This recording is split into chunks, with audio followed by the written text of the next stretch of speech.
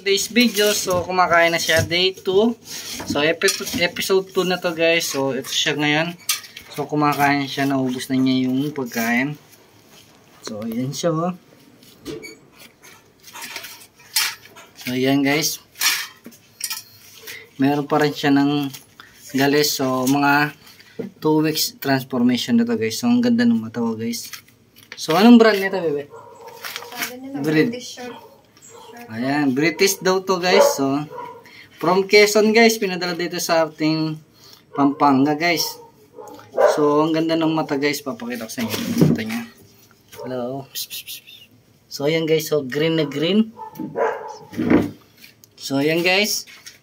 Transformation niya guys.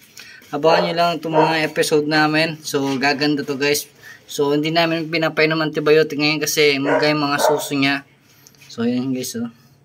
So, naubos niya yung pagkain niya. So, meron pa siya ng 3. Wow. Sana all. 3.